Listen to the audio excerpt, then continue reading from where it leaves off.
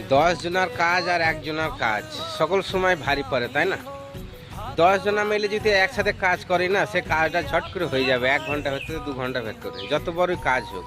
আর যদি একা করো, সে সারাদিনও করতে পারবে বলে কোনো গ্যারান্টি নাই। কিন্তু এইখানেই যদি বুদ্ধিমান, যদি কলম চালানোওয়ালা ব্যক্তি হয় না, সেটা কিন্তু সে বসে বসে একাই কিন্তু চালাইতে পারবে, তাই না?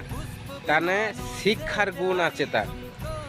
সে চেয়ারে বসে বসে কলম চালাবে, 10টা মিস্ত্রিকে, 10টা লেবারকে সে খাটাইতে পারে, ঠিক আছে? তা শিক্ষা এমনও নয় যে শিক্ষা করলে তুমি কি পেয়েছো, কি পাবা। শিক্ষার গুণ আছে, ঠিক আছে? যে শিক্ষা করেছে না, তার অনেক কিছু ফায়দা আছে, ঠিক আছে? সে চেয়ারে বসে না কলম চালিয়ে 10টা মিস্ত্রি, 10টা লেবারকে খাটাইতেও পারে, ঠিক আছে? সে না কাজ করবে না, সে কাজ করবে কিন্তু কাজ করাইতে পারবে, ঠিক আছে? তা শিক্ষা অর্জন করো বন্ধু, শিক্ষা অর্জন করো। Thank you.